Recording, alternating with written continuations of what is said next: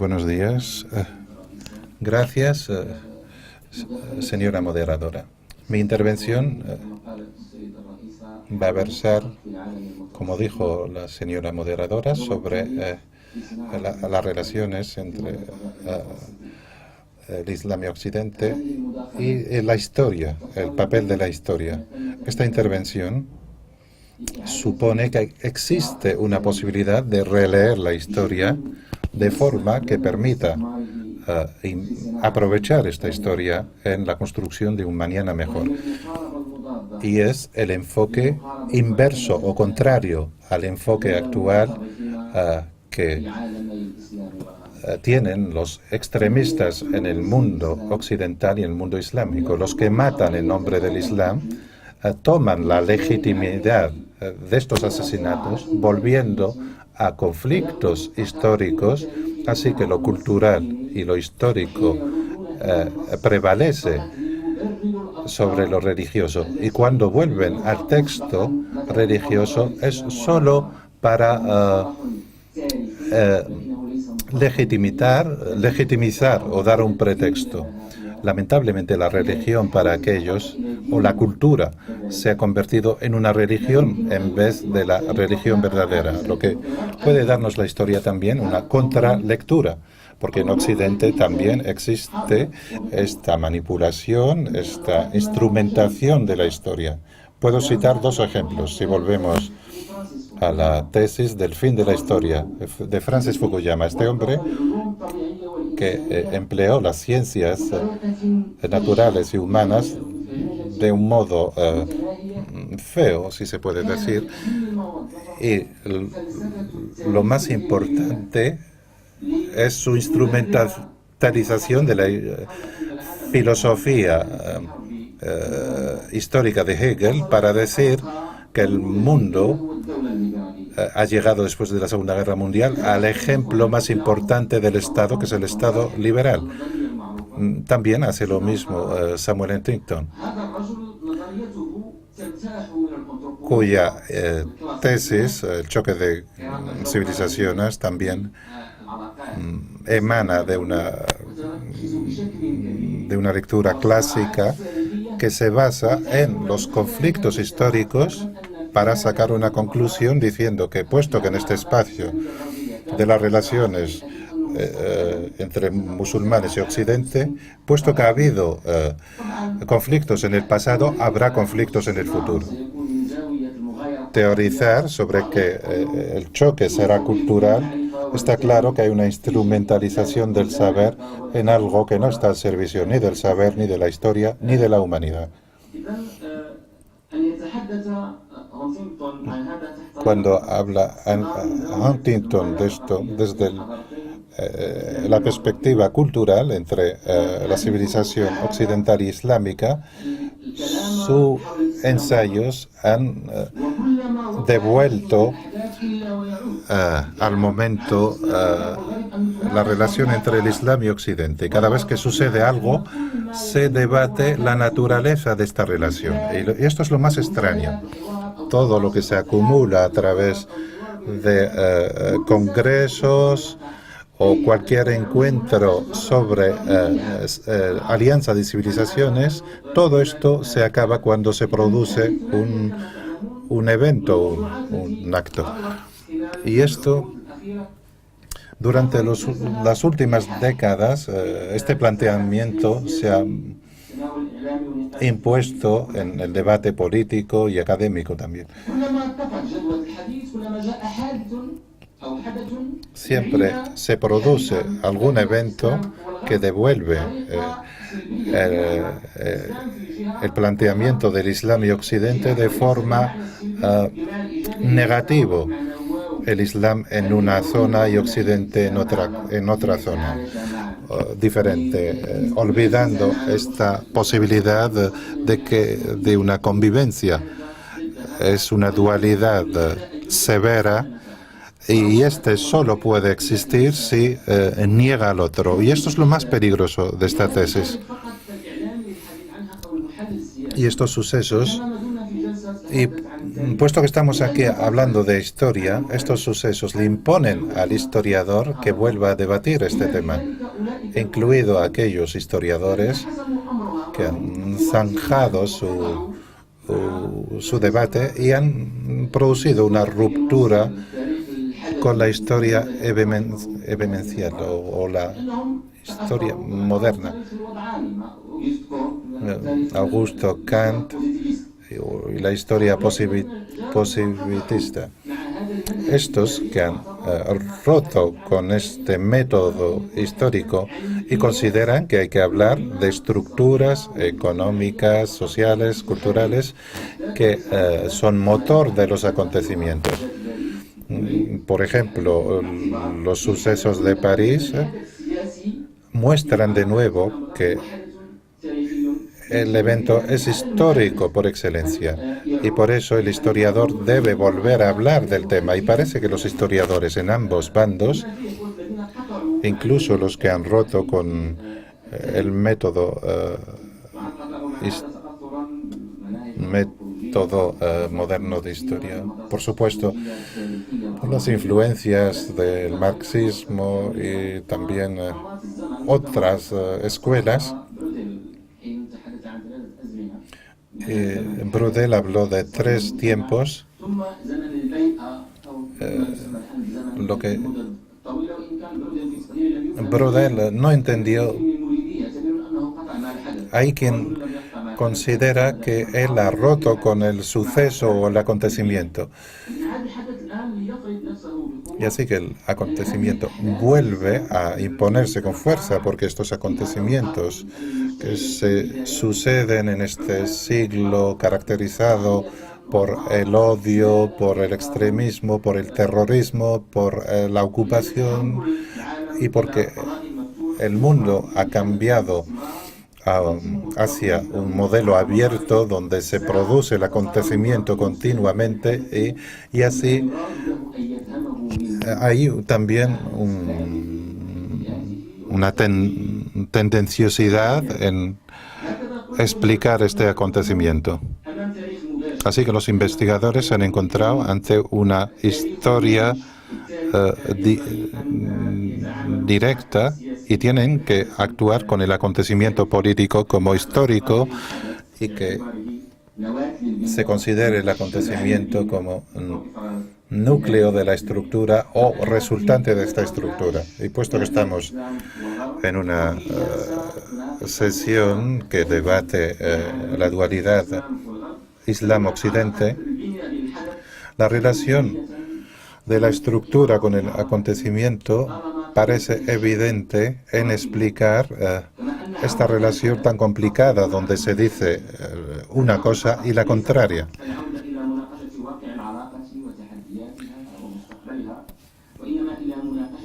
Debemos discutir la historia como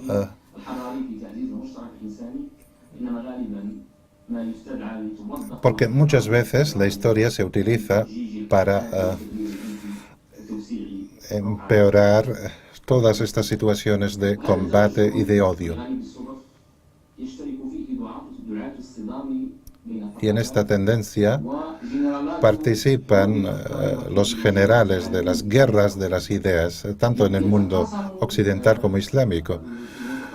Los extremistas en ambos bandos se caracterizan por una tendencia no historicista, pero que utiliza la ausencia de la conciencia historicista para emplear la historia en darle legitimidad histórica a sus proyectos devastadores. No hay diferencia aquí con alguien que desconoce su religión o otro que utiliza la historia de esta forma para fomentar esta confrontación entre el mundo islámico y el occidental, a través siempre de una visión severa y de contradicción necesaria entre ambas civilizaciones y partiendo siempre de instrumentalizar la historia tan llena de conflictos y de sangre. Huntington y los demás abogaron por esta dimensión basada en la confrontación. Esto significa que el futuro será sangriento, puesto que el futuro será una repetición de la historia o del pasado, y esto no es justo, no es verdadero, porque aunque la relación entre el Islam y Occidente durante la historia han vivido durante siglos, donde han vivido diferencias por intereses, por guerras, pero en el fondo del asunto son los intereses, aunque se le dé una justificación relacionada con civilizaciones y religiones.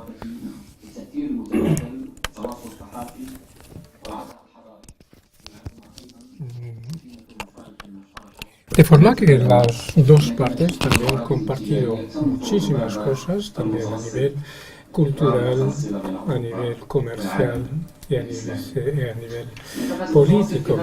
De forma que la cuenca mediterránea ha conocido una interacción muy importante entre las dos orillas que realmente aportó mucho para el avance, no solo para el Mediterráneo, pero para todo el globo terrestre.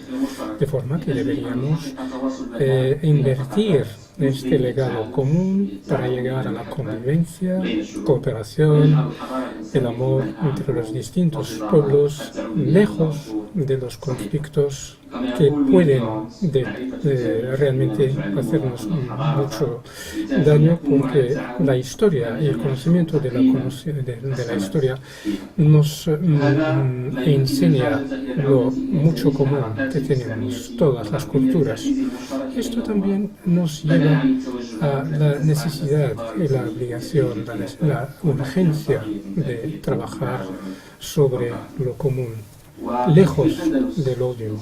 Y el Andalus, que estamos en una de sus ciudades, realmente representa un gran testimonio de esa integración religiosa y cultural. Y aquí, como dijo Juan Vernet, la tolerancia en el Andalus del siglo XII realmente era ejemplar tanto a nivel religioso como cultural como político, ya que los sabios, los eruditos cooperaban de una forma muy constructiva. Lo mismo dijo Provenzal, cuando dijo que cuando cruzas el estrecho entre Marruecos y el Andalus, no se constata ninguna diferencia. Y esto no es resultado de una casualidad, sino es resultado de ese legado compartido. No tenemos bastante tiempo para dar más detalles, pero Juan Vernet, cuando constata las relaciones islamo-occidentales y cuando habla del Andalus, precisamente cuando habla de la segunda mitad del siglo X, que ha conocido un gran movimiento de la traducción, y luego habla del siglo XII, cuando reitera esa constatación de las interacciones, sobre todo a nivel de la traducción de los libros árabes al latín, ya que la civilización islámica de aquel entonces era la productora, ya que la civilización humana pues es un resultado de muchas aportaciones, muchas contribuciones, de forma que la civilización universal no es meramente occidental. Ahora se denomina así precisamente porque hay una hegemonía de conocimiento y de tecnología, pero esta civilización no vino del nada, porque vino realmente como un resultado, una aglomeración de muchas aportaciones, de muchas culturas, muchas civilizaciones, pero lamentablemente esas tendencias centralistas o egocéntricas pues excluyen las aportaciones de los demás. Así como decía antes, Juan Verne habló del siglo X, del siglo XII, y parece ser que el siglo XI no era tan interactivo. Y Juan Verne constata, basándose en el testimonio de Ibn Khaldun, de que el siglo XI realmente no era tan pasivo, porque hubo un movimiento, pero había un tipo de reproche, ya que no se facilitaba la traducción de los libros árabes bajo el pretexto de que, bajo la excusa de que a lo mejor luego las retribuían a sus arzobispos. Pero hay que destacar aquí varios testimonios de otros intelectuales como Wittgenstein o George Sarton, que es el historiador americano que está especializado en la historia del pensamiento, de forma que ha cogido cada mitad de un siglo y le denominó con el nombre de algún sabio. Por ejemplo, el siglo de Platón o de Aristóteles o de Averroes, etc. Así que cuando ahondamos en la historia de las ciencias o del pensamiento, observamos de que del siglo VIII hasta el siglo XII, pues todas las mitades de siglo, como he dicho antes, pues tenían nombres de eruditos musulmanes, de forma que los científicos, los sabios cristianos, solo tenían sus nombres a partir del siglo XII. Y entonces, pero sabemos, es obvio de que Europa, pues en la época medieval, pues no producía ciencias, al contrario de lo que pasaba en el mundo árabo-islámico. Ahora volvemos al Andalus y particularmente a Granada, donde encontramos de que las fuentes históricas de aquellas épocas hablaban de una cooperación de los eruditos de las tres religiones, los cristianos, musulmanes y judíos. También se hablaba de escuelas donde estudiaban los hijos de las distintas comunidades. Por ejemplo, Lisan-ud-Din ibn Khatib habla en su libro Al-Hata fi Akhbar Gharnata de un sabio que se llama Abdullah bin Hussein, y que dirigía al madrasa y decía que presenciaba sus lecciones muchos judíos, musulmanes y cristianos. También cuando vemos Naf'ut-Tayyib, que es de Shihab ad-Din ibn Raqi, pues hablaba de Muhammad ibn al-Mursi, que también daba lecciones sobre las matemáticas, la música, y cuyas lecciones pues presenciaban musulmanes como cristianos y judíos, lo cual realmente demostraba esas convivencias tan buenas y tan ejemplares. Ahora estamos paradójicamente, esas mismas sociedades pues cogían préstamos tanto lingüísticos como conceptuales, de forma que el castellano de hoy en día pues tiene miles de palabras etimológicamente de árabe. Incluso se llegó a hacer poesía con versos, con rimas, pero con realmente palabras o incluso frases totalmente mestizas, donde vemos el árabe y a continuación el castellano. Y esto es lo que empujó a Washington Irving en su libro sobre la Alhambra de considerar el andaluz como un ejemplo realmente singular en la historia humana. Y esto, pues, tenemos muchos ejemplos que corroboran esto. Por ejemplo, Bernard Lewis, que reconoce la aportación de la cultura islámica a la civilización humana, aunque en algún momento pues vuelve a su ideología, porque sabemos que Bernard Lewis es el padre de las teorías como el conflicto o el choque de las civilizaciones, como lo ha planteado Huntington. Y esto, pues,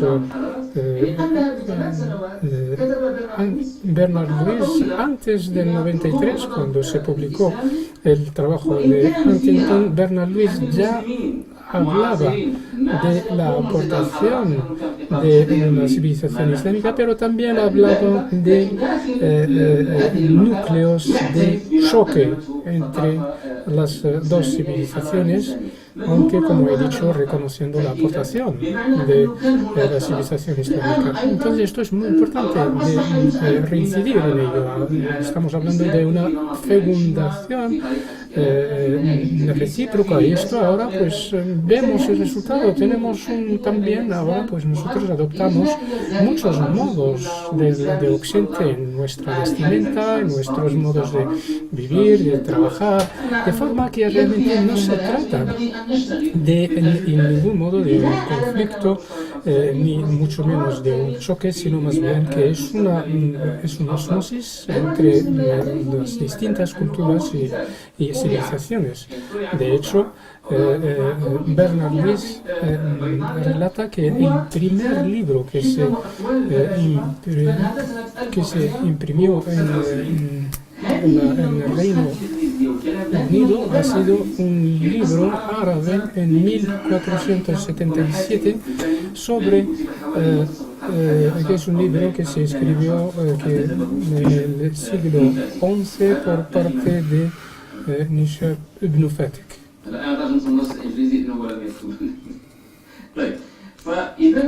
De forma que Bernard Lewis reconoce, y esto puede realmente ser algo excepcional, sobre todo para contrarrestar a aquellos que no creen en la convivencia entre las distintas culturas, de forma que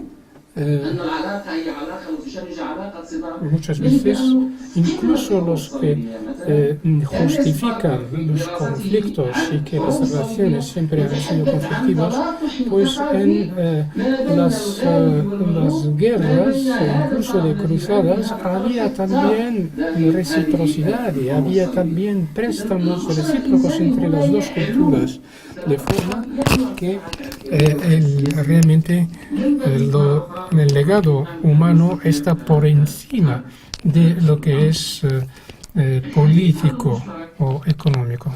Así que cuando hablamos de legado compartido, cuando hablamos de las cosas de conocimiento y de las ciencias, pues hay que destacar esa ósmosis entre las distintas culturas y civilizaciones. Por ejemplo, el Copérnico en Europa realmente ha aportado lo que es ahora la física moderna, pero muchos hablan de él como si él se ha inventado todo esto desde cero.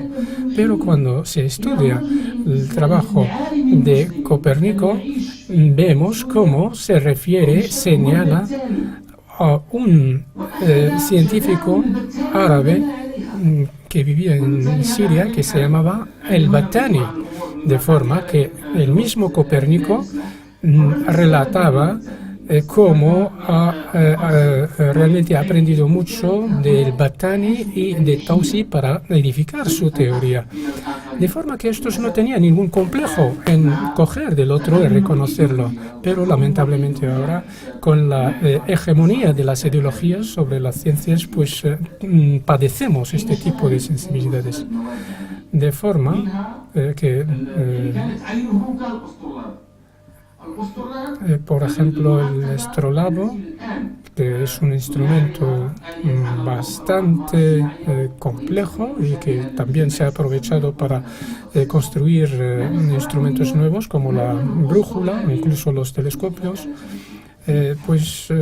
se inventó en Alepo, de forma que se trata de un cúmulo y unas interacciones y interalimentaciones, de forma que no se puede hablar de milagros islámicos o milagros europeos de forma lineal, sino más bien que hay ósmosis cuando hablamos de Ibn Nafis, Al-Jassar, Al-Razi, las aportaciones de Averroes, en todos los campos, incluso el jawarismo en los logaritmos, los ordenadores de hoy en día no pueden funcionar sin los logaritmos, y los logaritmos han sido el trabajo de al-Jawarizmi. Incluso las cifras que utilizamos son árabes. La cifra proviene de Sefr y el cero viene también, es un invento árabe.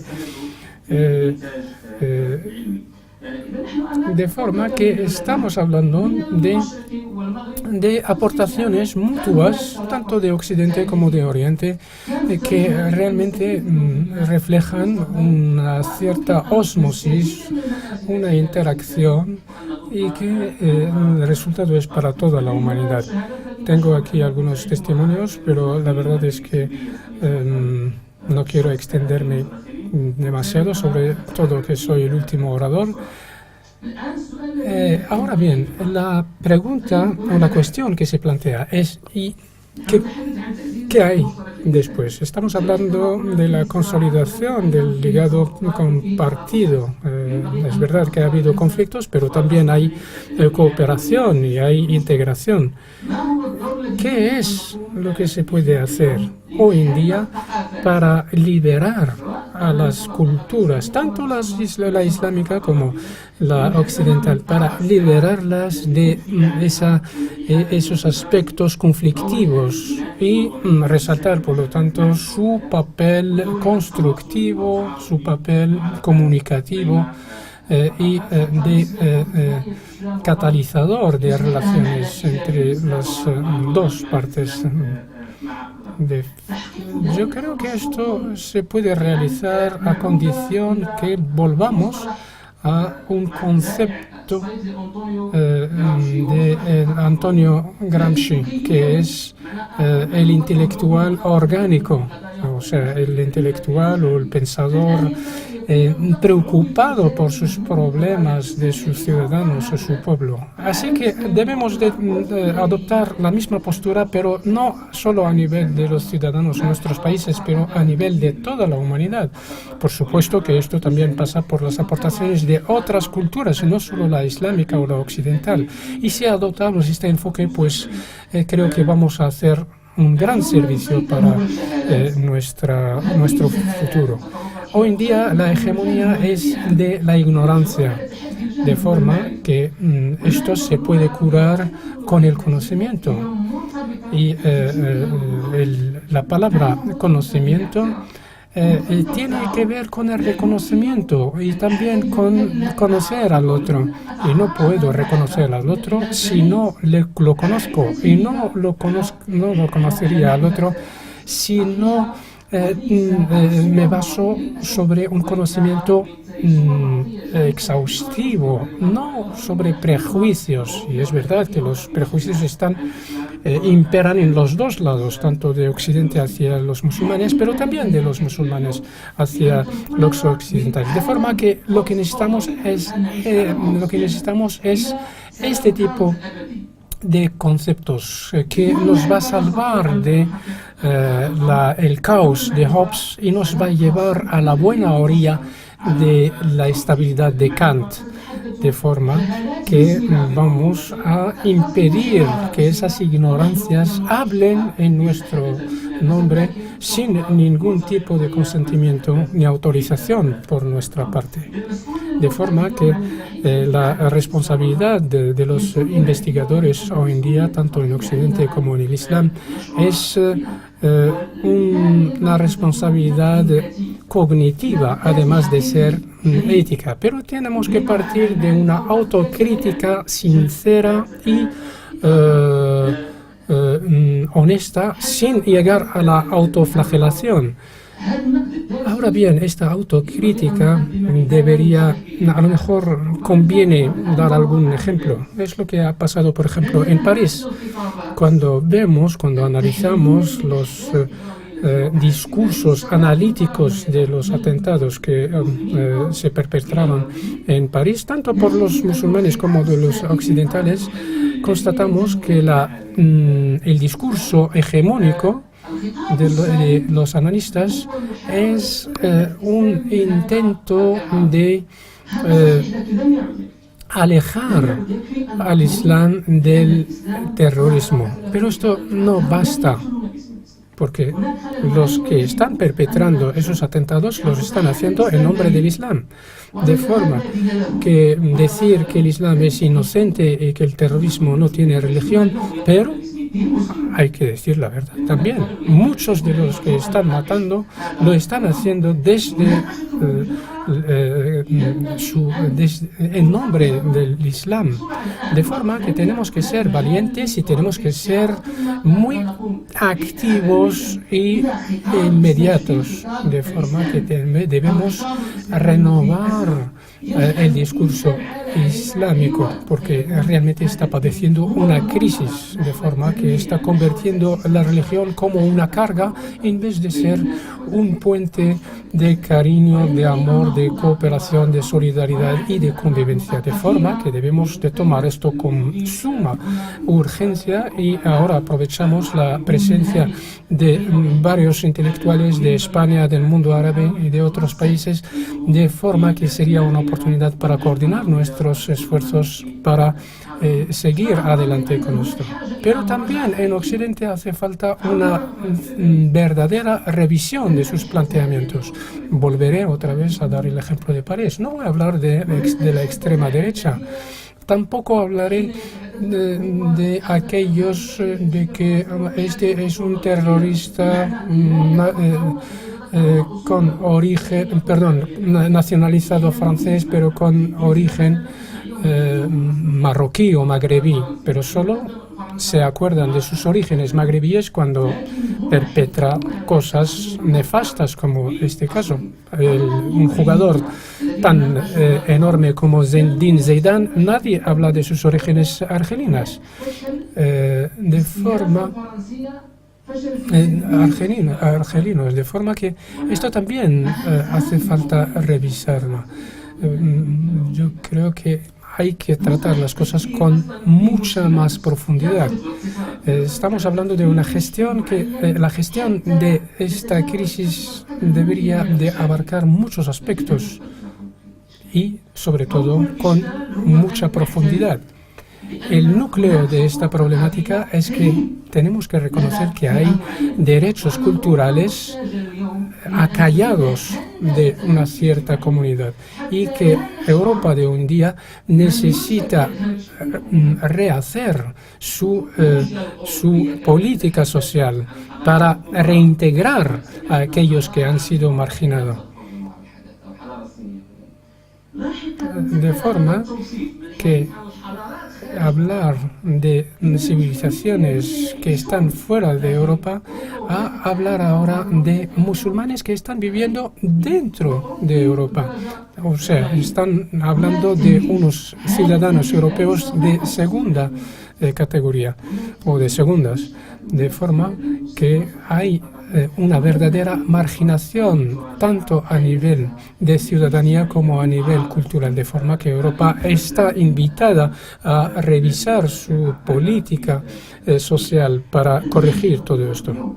Los investigadores occidentales, por lo tanto, en cuanto a la confección de una buena política social, y por lo tanto estos investigadores deberían de buscar los medios para desintegrar ese egocentrismo civilizacional que padecen los europeos, porque si no, Europa va a seguir sufriendo problemas con todos los que no se identifican con la cultura europea, y no me refiero solo a los musulmanes.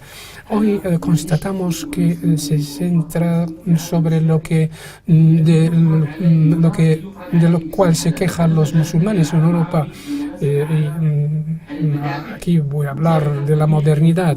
Es verdad que la modernidad ha llegado al mundo árabe sobre los tanques, y de forma es legítimo que la asociamos con la agresividad, pero esto no ha sido un problema en el mundo árabe solo, sino que en todas las culturas. Por ejemplo, en la India, pues uno de los especialistas de los estudios postcoloniales, y se considera como uno de los fundadores de los estudios subalternos, si se puede traducir,